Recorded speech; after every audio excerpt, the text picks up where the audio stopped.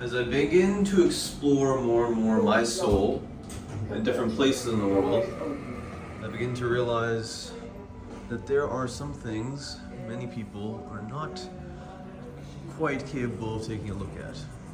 First and foremost, that perhaps all of the shows, perhaps the nth degree bosses, perhaps the ultimate antagonists, perhaps they're onto something.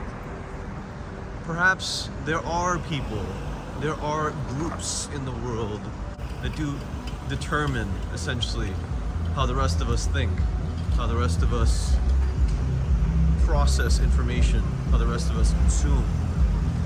So the two companies that I came across were Vanguard and BlackRock. Luke Bryant on Instagram, someone I would highly recommend subscribing to, brought these to my attention. Thank you, Luke. He said, and as it turns out, this is the truth, that these corporations control some of the largest industries in the world, including travel, social media, and food. Now, if you had control over how people traveled, over what people consumed, and over what people particularly ate, how would you go about fluctuating these things? How would you go about augmenting the way that society functions? Well, it's a difficult thing to understand, isn't it? And that's the irony of it. I don't think most people realize that the power comes with tremendous responsibility. To be able to say, hey, not only do I want to have a say in this, but my decision actually ends up making a difference in the lives of these average people all over the world. How do we come to rationalize essentially being a god on this planet? Well, many of us simply cannot rationalize being the controller of our own destinies. So I would encourage you, if you are at a loss for these questions, perhaps the first answer will come with exploring our own souls, exploring what the human condition is. So I'm here in Istanbul, Turkey, and I'm walking around making a number of videos as things are changing in my own life.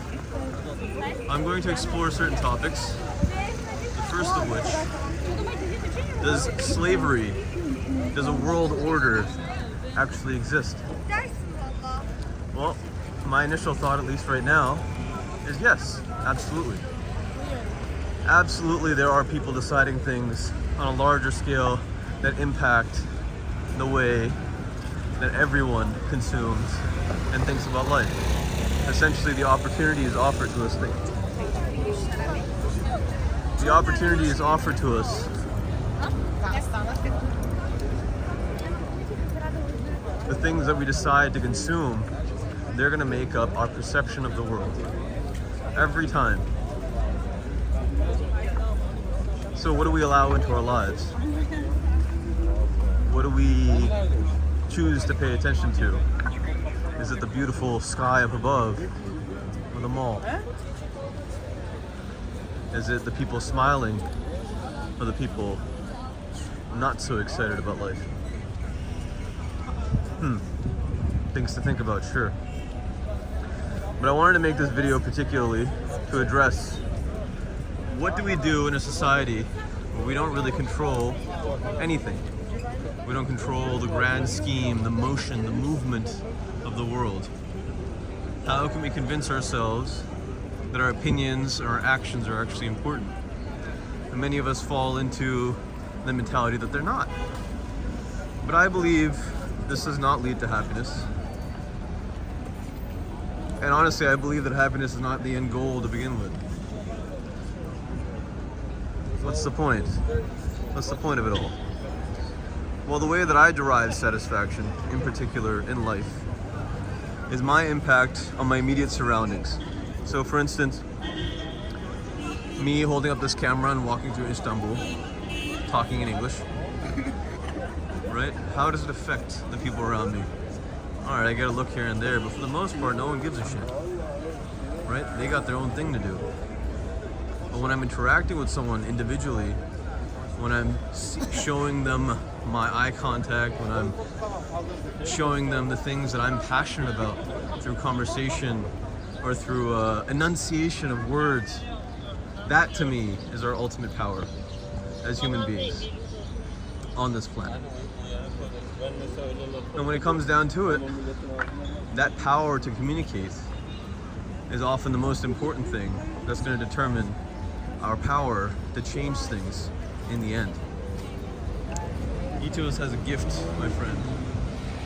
Each of us has the ability to see the world in a very unique light. One that's based on our own perspective every time. One that is uniquely ours. And I think we should take great pride in this, because even those that are fluctuating how things work, even those that by pushing a button can assemble an army or destroy a continent, well, they have their own individual perspectives on the world. And why is it that so many of us believe that our perspective is somehow less cohesive, less important? I think it really just comes down to not knowing what we're worth, not knowing how important we really are. A purpose, I think, is the first step. A purpose that makes us feel like waking up every morning is worth it. That the relationships that we have are tremendously important. That we as human beings, as a species, are something that's actually genuinely unique, but also very much a part of the whole. Some nice tall buildings here in Istanbul. But no, my friends, there is a world order. There are people in charge of things. They are attempting to enslave those that do not have a purpose in life. Enslave those that do not have a purpose in life. Remember these words, because this is a fundamental philosophy of mine. Until someone proves me wrong, or until I'm shown data otherwise, I will never be able to understand how it is that people can spend their entire lives without recognizing this simple fallacy that one cannot exist simply to work. One cannot exist simply for the whim of another person and actually experience genuine happiness, genuine enjoyment. Find it.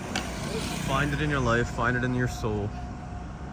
Find whatever it is that you can and realize that without it, you will passively become a slave to a system that many of us do not even begin to comprehend.